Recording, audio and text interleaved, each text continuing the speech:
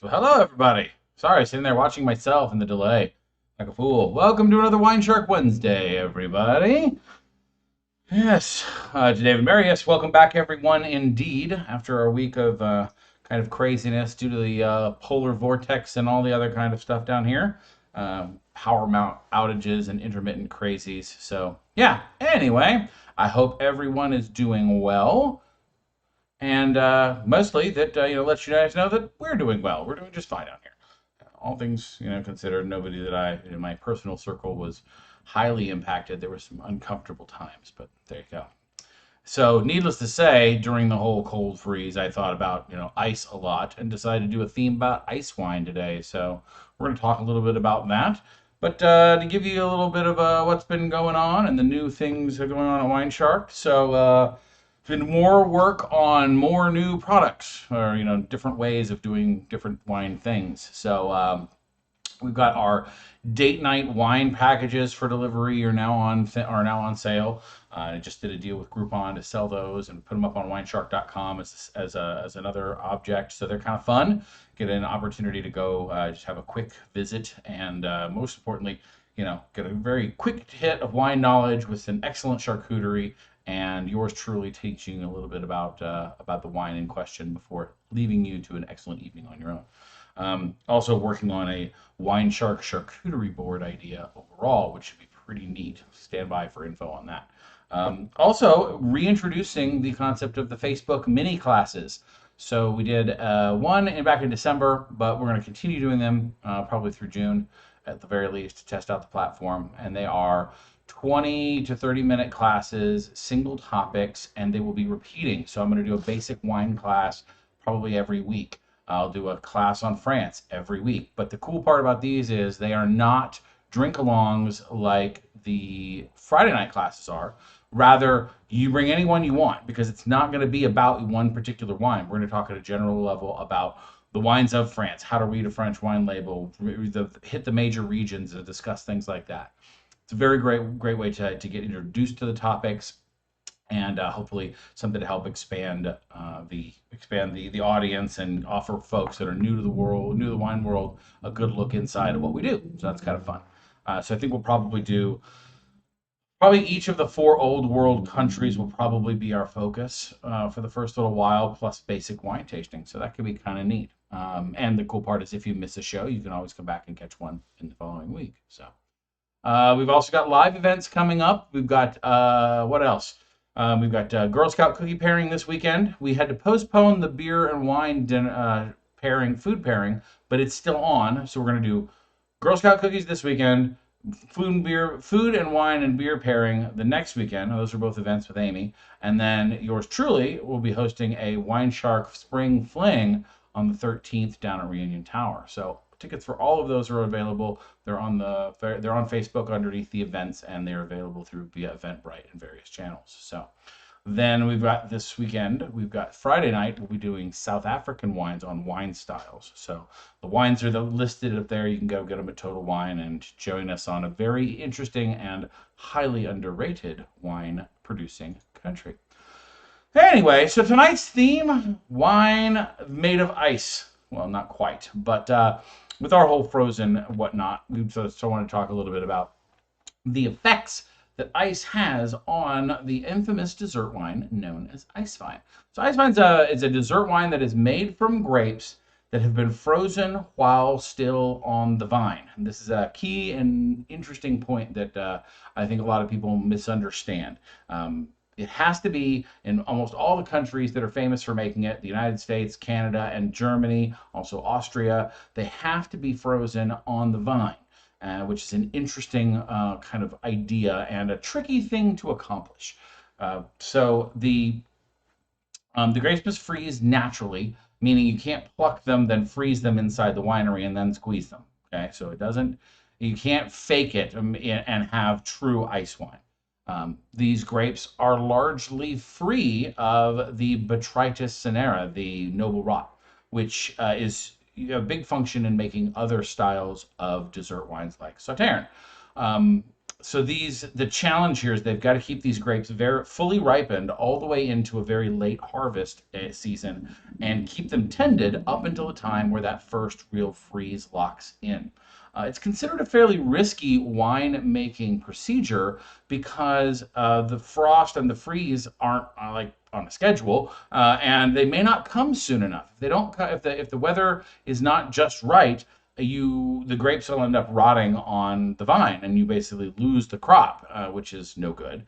Also, because the timing aspect, the fact that we're waiting on this particular weather event to happen, you've also got to keep labor on hand to be able to execute very quickly. You've got to make a snap call. Okay, the freeze has happened. Tomorrow we're going to harvest them up, or tonight we're going to harvest them up. Whenever the logic comes down to making that call to get the grapes off the vine and into the winery means you've got to have the labor standing by, which can be problematic, right?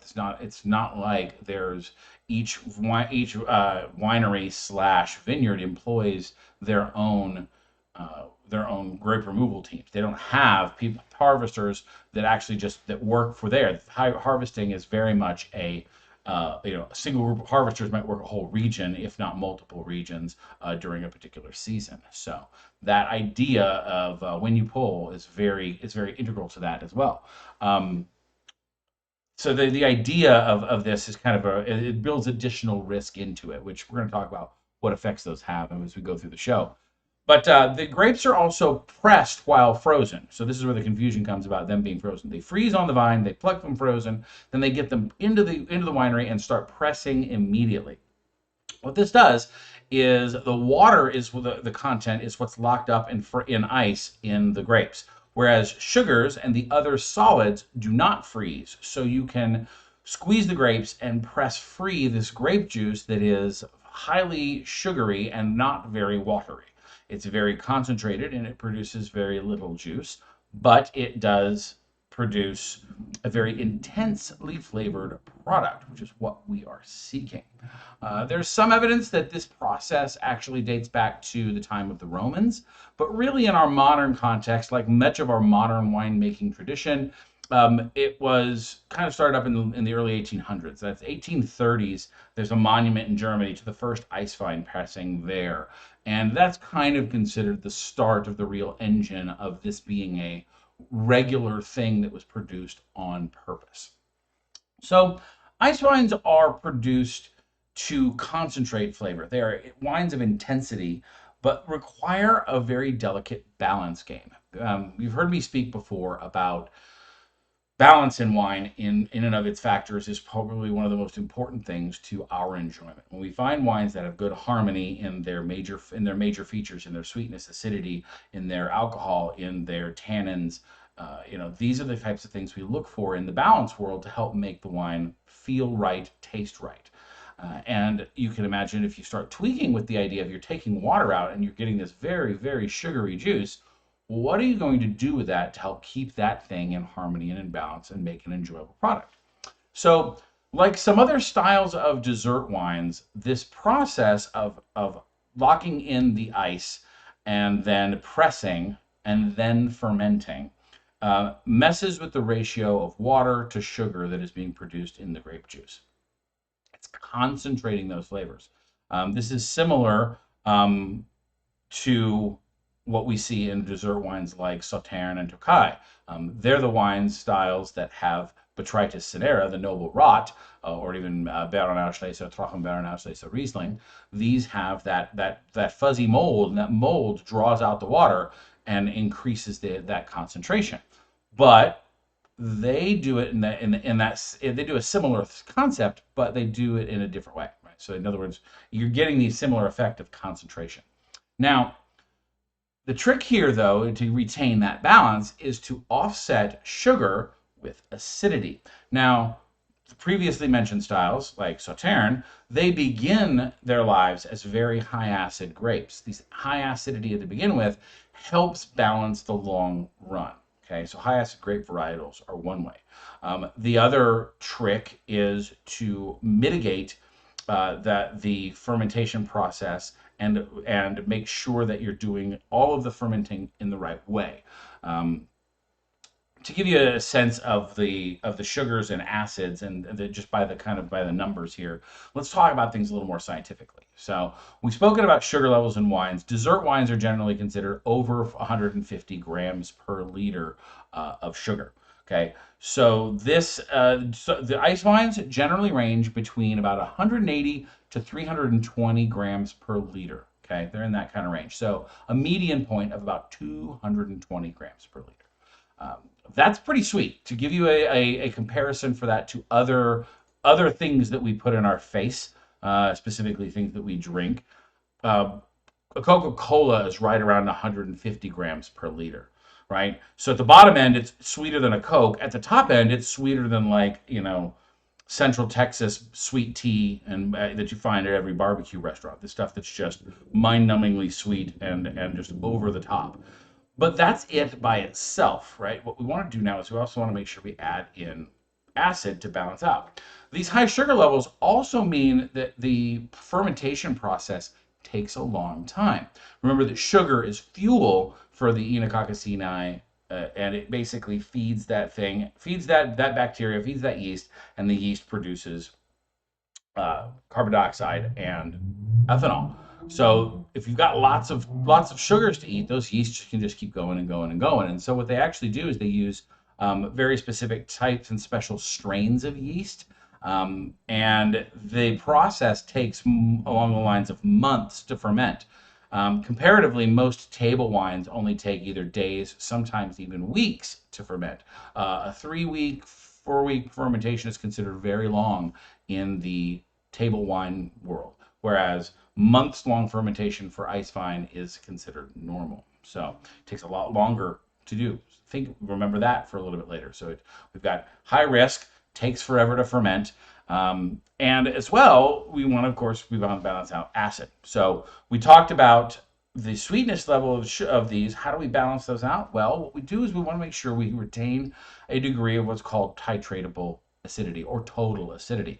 This, in the technical perspective here, is the amount of, it's a way to measure the volume of acid within the wine itself, okay, as measured in grams per liter. So it's easily comparable to sugar. So titratable acidity in ice wines is almost always at least 10 grams per liter or more. So using that as a bottom number, that 10 grams per liter is a lot. It's a lot compared to, say, our average table wine. Our average table wine usually is going anywhere between 4 to 6, 4 to 5. Right there, so even a good medium acid, even with one with a high volume of acidity, is far less acidity by half than we would see in a dessert wine, or in specifically the ice wines. So the alcohol by volume, as a result of that fermentation, acidity, and sugar matrix, is also tends to be on the lower side. German ice wines tend to be somewhere in the 6 to 7% alcohol by volume range. It's pretty low in the wine world. Canadian versions tend to be between the 8 to 13%, so a little more nominal towards our average table wine.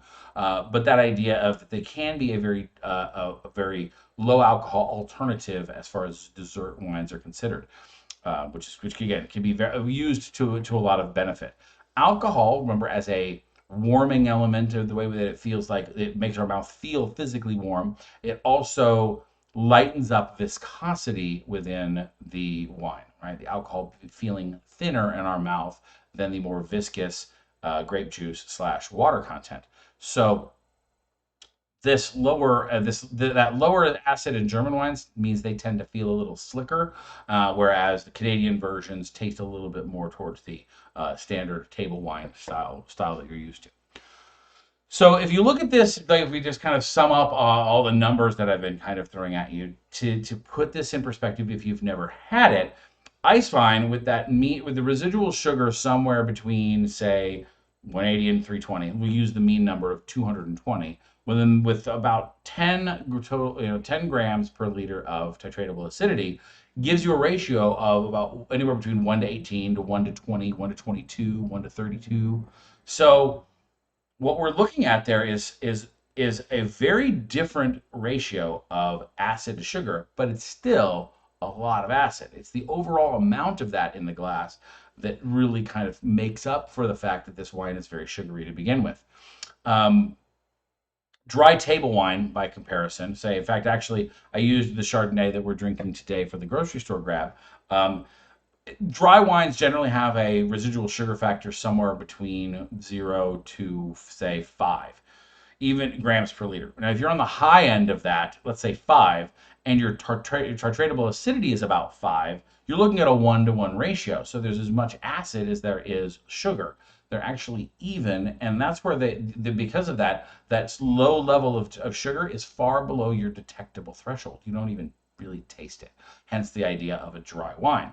So that kind of gives you an idea of the magnitude of these things, about why they're intensely sweet, but also how they balance out in our face. Now, what types of flavor profiles are we talking about, though? If it is all about intensity, what are we getting out of this? Well, compared to some of their other dessert styles, ice wines are thought to taste overall a cleaner experience because they lack the botrytis and the drying sensation that Botrytis cinerea brings, which it tends to concentrate fruit flavors along their dried analogs. For instance, Sauternes are often referred to, say, an apricot or dried apricot flavor, whereas ice vines are almost always the fresher of the component. We don't get a dried or reductive style flavor. Instead, we get much more floral / high fruit, stone fruit flavors.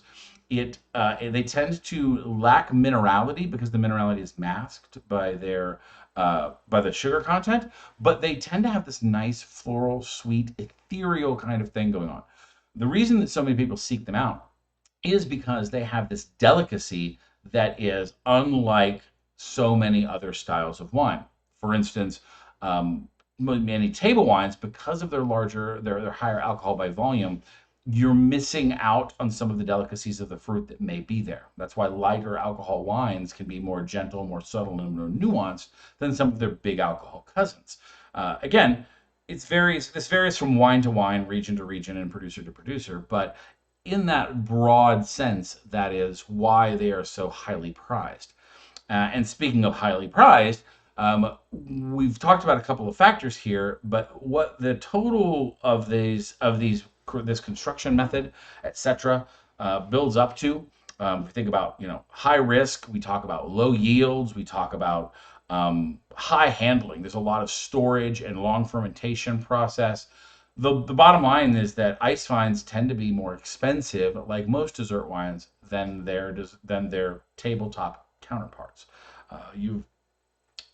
Simply speaking, you're going to pay about the same for half the volume. You can see easily spending anywhere from $40 to $100 on a bottle of ice wine that is at the 750 milliliter level. And most of the wines that you're going to see are actually packaged in the half bottle format, in the 325 ml format. And this is simply because we drink less of them. You don't drink them in the 4 to 5 ounce quantity that you would for a glass of wine. Instead, you only drink a couple of ounces and enjoy them at the end of your meal. Which, by the way, to remind you, dessert wines are dessert. They're the focal point of dessert. They're not generally meant to accompany desserts. In fact, they are such an awesome sweet component with such an amazing flavor profile that you've also spent so much damn money on. You want to put them at the center of your dessert option. You should surround them with things that make them look good.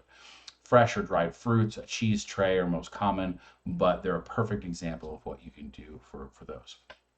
And they even produce even smaller formats, 50 milliliter and 200 milliliter formats for single serving or small serving sizes. So again, if you just need a little bit, this is the wine format that you can try. So yeah, and a fun fact, despite the fact that Germany was the pioneer of ice vines, Canada is the world's largest producer of ice vines, making more ice vine than all other nations in the world combined, followed then by Germany in second place. So Canada is definitely the place you want to go search for. Another thing that's an interesting note is the types of grapes that are used. Most commonly in Germany we have Riesling, of course, as one of the options. But There are many other styles of grapes as well. Vidal is a grape that's often used in Canada. Cabernet Franc is used in an ice vine up in Japan. And there are other red styles and other red and white styles that are used throughout. They're used in less volume in different places. So it's not all just Riesling and Tokai grapes. It's everything from Syrah to Cabernet Franc to Cabernet Sauvignon to Semillon to Chardonnay are all used in ice vine at various points. Now, something cool about that is that the color on white on ice vines from white grapes tends to be what one is usually expect out of a white wine. It begins a pale yellow or straw gold color, and as it ages, it can actually Maderize and start turning into this coppery, deep gold or amber color. It's really quite beautiful. But what's also fun is seeing the red side of things. So because the skins aren't in contact for very long, remember they're frozen and then immediately pressed, they only gain a very hint of the color of their parent grape. So they look much more like a rosé style wine.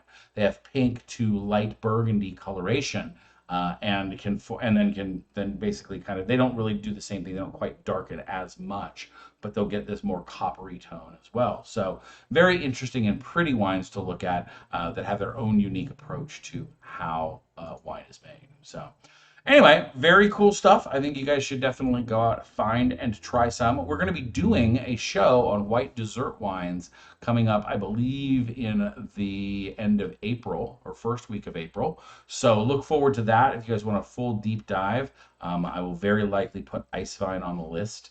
Since we're specifically doing white dessert wines, we're going to be probably doing Sauterne, Tokai, and ice vine are probably going to be the three styles we choose. So you'll get a more in-depth version of this when you come visit that show, plus full tasting notes and the whole deal. So very fun stuff.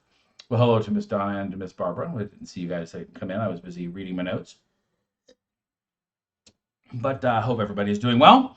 And let's talk a little bit about the grocery store grab today. This is a purposeful grocery store grab, if you will. This violates the rule. So, for those of you that are new to the show, the grocery store grab premise is to get the best value per dollar for wines found at non-specialty and non-big box retailers.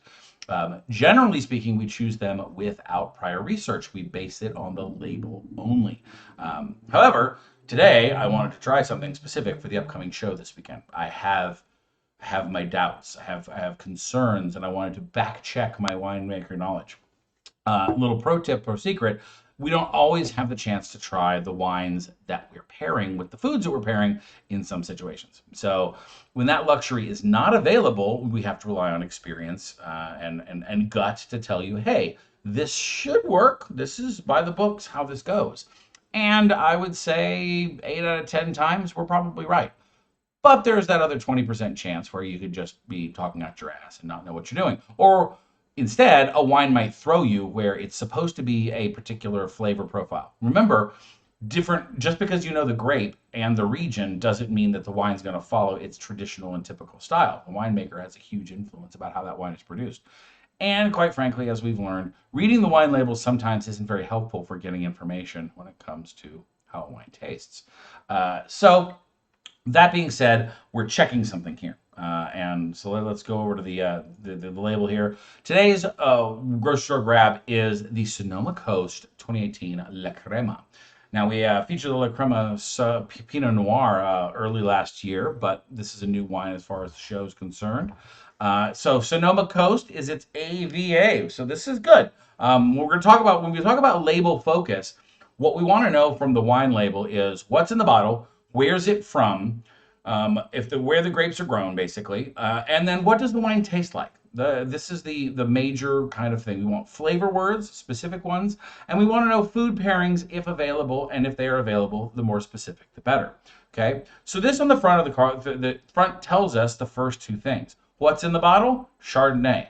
Where is it from? Sonoma Coast. Okay, this is the basics of almost every wine label. So these two, generally speaking, aren't hard to pass.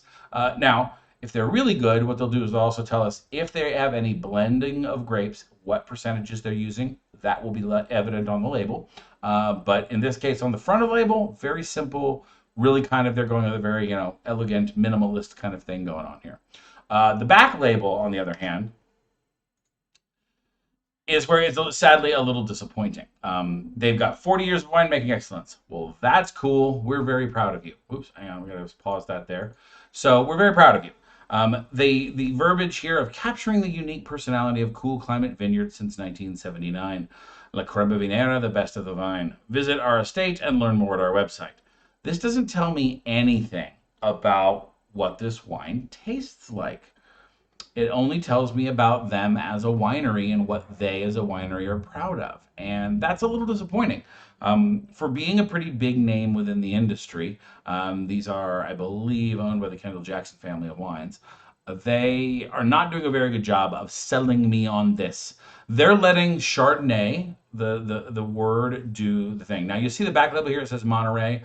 This is a generic label that I pulled from there. These grapes are actually from the Sonoma coast. They do have a Monterey version as well. So that is simply a matter of what was easily available on the website. Notice no flavor words. We don't have any food pairings.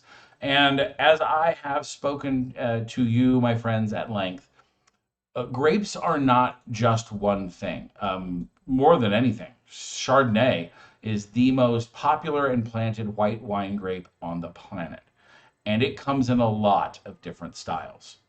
So to simplify that and say things like, oh, just let the Chardonnay do the work, is kind of a bad deal, especially because California can vary in its Chardonnay style so greatly, um, all the way from big oak, heavily, very ripe tropical fruit bombs with high alcohol and high malolactic fermentation to more leaner, racy, almost Chablis-like expressions with much more minerality, more delicate flavor profiles, less boldness, less assertive middle palate.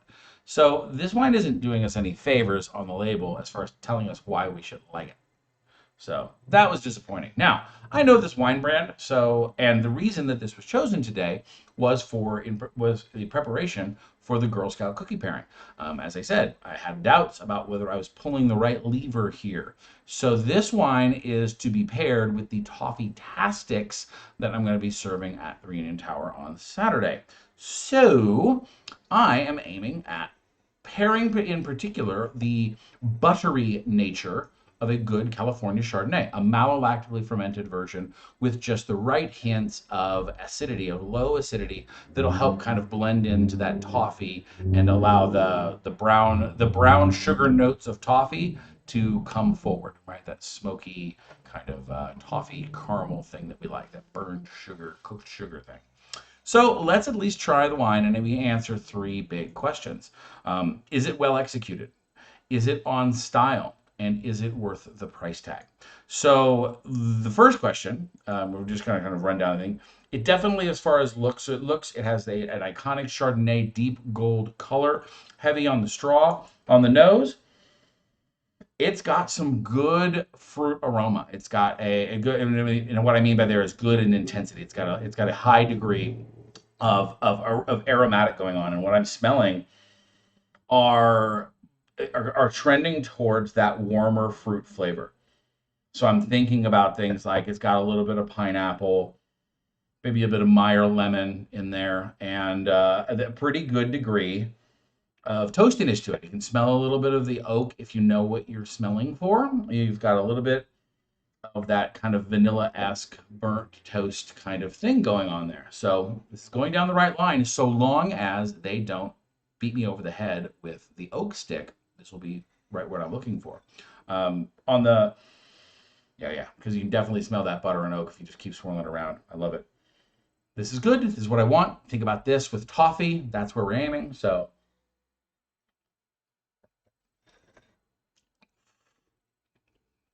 okay. All the way around the mouth. Again, very gentle acidity in the kind of normal style for California Chardonnays.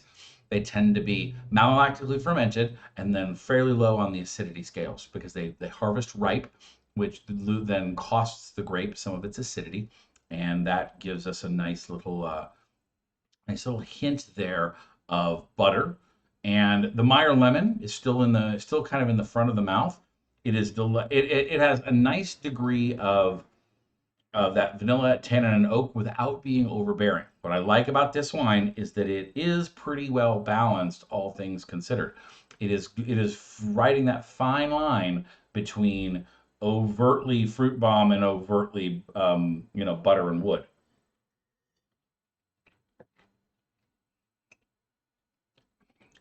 For those that don't like acid, that don't like that sour pop, this is a wine for you. This is one of those things where if you like the racy, sharp, acidic style wines like Sauvignon Blanc, Pinot Grigio, things like that, this wine's not going to fulfill that for you. It doesn't really make your mouth water at all. You really feel it all throughout the mid palate. It's not, but for the Chardonnay haters in the group, it is not that big, beaten over the head with an oak stick kind of thing. And so the vanilla and toastiness of this are really what I'm hoping to pair up with that toffee-tastic, sugar style cookie, which we're gonna go check out on Saturday. So, is it well executed? Yeah, the wine doesn't go over the top in any particular direction. They have the judicious use of oak. They have judicious use of malolactic. They preserved some of what they had. This wine, by the way, when I looked at I looked at the labels get this earlier, and I wanted to make the comparison for the acid conversation earlier. This, I believe, is something like a 5.39 total acidity, right? So it's tortatable slash total. By the way, those are used generally interchangeably in the industry. Its TA, its total acidity, is 5.39. And then its pH, which is the other factor in wine. So if we think about total acidity as amount of acid and pH as intensity of it, its pH is pretty low. It's like 3.9. It's at the bottom of the scale. So it's like mellow, and it's kind of there, so it doesn't really speak out to your mouth. So definitely does that. So is it on style? Sure. This is very much a middleweight California style. I think, again, judicious is a word I want to use again. It's not fully unrestrained, but it is definitely not overdoing anything. It's trying to do no harm. Very drinkable, very approachable. So is it on style? Yes. It's, to me, it's not any kind of standout. It's very plain Jane, right? Very vanilla. But that's okay. Again, that is what we're expecting. If we're ordering a Sonoma County Chardonnay, just kind of show me what you're looking for. Unless you're looking for very specific producers that do wild and iconic stuff. Is it worth the price tag? This was $22 at the sticker price. After the club price, it's actually $17, which is usually it's more in line with its actual retail. So for $17 for the Chardonnay, yeah, I'm gonna say I would put a qualified yes. And the answer that I could spend that $17 on a Chardonnay that I think would do one of those two things a little bit better. That would be more tropical, less oak, or a little bit smoother and buttery on the malolactic, so you get that peach pie thing going on. Not bad. I would certainly drink it again, but it's not something that I would seek out at the price point to go, oh, what I really need here is a La Crema Sonoma Coast Chardonnay. Again, I think their wines are well styled. They're a great producing house. I think they're a very dependable, reliable group, but they're not what I would call, jump out into one of the things that's going to hit my list of recommend to friends and go get you a bottle right now. So, still, I'm going to drink the bottle because it's good. I can't complain. It's a good choice. Now, unfortunately, my neighborhood hookup with the Toffee Tastics was not around, and so I wasn't able to get an actual Toffee Tastic to do the tasting today, which is what I was going to do. Both the usual haunts of loitering around the grocery store when I bought the wine, there was nary a Girl Scout to be found, nor the granddaughter of one of my neighbors who was selling in the building. She had her little mug sheet and please come see me downstairs, and I did, but they weren't available. So such is the world of getting the ephemeral Girl Scout cookie when it comes to food and wine pairings. It's not a sure thing. So, any questions from anybody? We've talked a ton about all the technical aspects and details of ice wine. In doing some research regarding acidity today, I'm probably going to do a whole show based on acids, and we're going to dive into the acid part of wine and really kind of get to understanding it at a true nature level. It could be kind of fun. But no, everybody's quiet. Everybody's good. All right. Well, fair enough. Let us then speak about what's coming up soon. We know that, as I said, date night wine stuff is on production. I think I showed you guys the pictures of the WineShark cutting boards, which are basically just the WineShark logo that's been laser burned into a bamboo cutting board, which is yours to keep, which is cool. Plus a couple of Schatz Wiesel glasses, like the ones that I use here at home. They're not the Cabernet pattern like this. They're the Sauvignon Blanc pattern, which is this, but about 20% off. Pay about 20% off. They're Squirrely Dan. Pay about 20% off, and you get Sauvignon Blanc. So it's a slightly smaller glass, great for everyday use. Schatz Wiesel Triton, it's the titanium or Triton crystal that they have their particular blend. Dishwasher safe, durable, thin, great glasses. So get a pair of those and a cutting board that I will fill up with cheeses and meats and awesome. Tell you about the bottles of wine, and then I'm on my way. So very cool stuff. Then we've also got Wines of South Africa this weekend. In fact, it's going to be kind of cool. So one of our regulars and one of our Patreon members, Rob, has been to South Africa several times for business and has visited several different wineries. So he brought us some pictures that I'm going to review. So hopefully we'll be able to share those as well about the detail. Very interesting wine area that, like many wine areas of the world, has its own particular struggles, but unlike theirs, because of the problem with apartheid, because their refusal to get rid of it for so many years, it really kind of stunted their growth, and the international wine market, had eluded them for many, many years, and justly so. I mean, this is so. What we're going to study though is how they went from Dutch colonial era Rhone worshippers to a thing of their own and their own style that I really just wish we could get more access to, because I think it's as far as value and as far as uniqueness is concerned, South Africa is the place to check out. It's definitely something you want to do. So then we got events with Amy coming up, Girl Scout cookie pairing, 27th. We've got 4 wines and 4 cookies to pair with. You've heard one of them now. So we're going to have the little Crema Sonoma Chardonnay. You try it yourself. And the Toffee Tastics. I'll tell you the cookies, but not the wines. We're also going to be pairing Thin Mints, Samoas, and Tagalongs. So those are my 4 cookies, and we will tell you all about the wines. It's a very lightweight show, too. It's more of a come and go rather than a lecture type piece. 2 Penny Beer and WineShark will be there. We'll be roving around, but what we'll do is you'll come up and you'll get your samples of both cookies and wine, or cookies and beer, or beer and wine and cookies if you want. You can pick any 3, and it'll have a tasting card with kind of our concepts and notes on it. We'll be going around tables, answering questions, things like that. But it's very lightweight, great way to kind of visit downtown, and see the tower. So highly encourage you to join us. Then the week after that, in the evening now, we'll be doing beer and wine pairing. So the beer and wine food pairing combo will be a 3-course. So 3 wines, 3 beers, and 3 courses of food, kind of teaching you some lessons about how those things work together. So that's going to be a lot of fun. Then on the 13th, this is WineShark's Spring Fling. Yes, believe it or not, it is actually like 80 degrees here now. Spring will be right around the corner here in Texas and a lot of different places. And so we're going to be talking about wines for warmer spring weather, because we just can continue to dream. And by doing so, we will be focused on things that are lighter weight, great for slightly warmer weather, and to really enjoy with some of the things that we'll be doing as we open up our world in the world of spring. I've got 5 different wines to select from, and of course we'll be doing a couple of food pairings as usual as the WineShark pattern. So if you went to our show in January, it'll be very similar in format to that. 5 wines, 4 food pairings, basic wine tasting, the whole fun thing all over again. So very, very honored to be able to do the show for you guys down there. It's a lot of fun. You guys can check us out. All right. So in closing, does anybody have any questions? Anybody have their favorite ice vine, or they just simply like to put ice in their wine? tell me in the comments on YouTube. We, by the way, it's the last bit, have hit our 100th subscriber mark. Yay!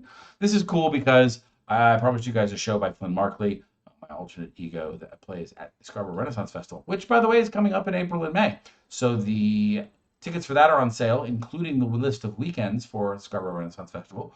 So I will be delivering that information to you on the next episode of WineShark Wednesday via Flynn Markley himself, which will be fun. So that'll be kind of neat.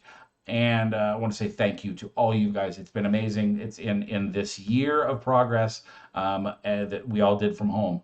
It's been very, very cool to meet with you guys, to enjoy your company, and to teach you a little bit about, what I know, and hopefully make your world a little bit cooler in the wine world.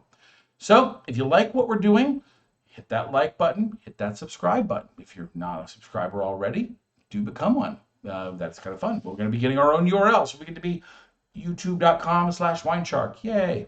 Then if you guys, really want to help us out, share with a wine-loving friend. Get somebody else involved. Come have a show. Come have a tasting. Join us at a micro tasting on Facebook. Whatever it is, we've got lots of ways to engage with our content and to really kind of get behind the love of wine. And then if you really like what we're doing, and you really want more of an insider's look, check us out over on Patreon.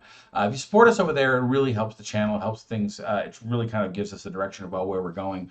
And it's you get an archive of all of the recorded wine tastings via Zoom. You get an entire list of every month's wines, all the wines that I taste, including their tasting notes. So, it's a fun place to hang out and learn a little bit more. And you get discounts and first cracks at merchandise and tours and all kinds of fun stuff. So, very, very appreciative if you want to do that. So I hope to see you guys either here or there. And, until next time, I have been your Wine Shark. Cheers. Ah, man. You know what? I'm still waiting for my cookies. That's going to be the thing. I think that I did myself a harm. I didn't get a cookie.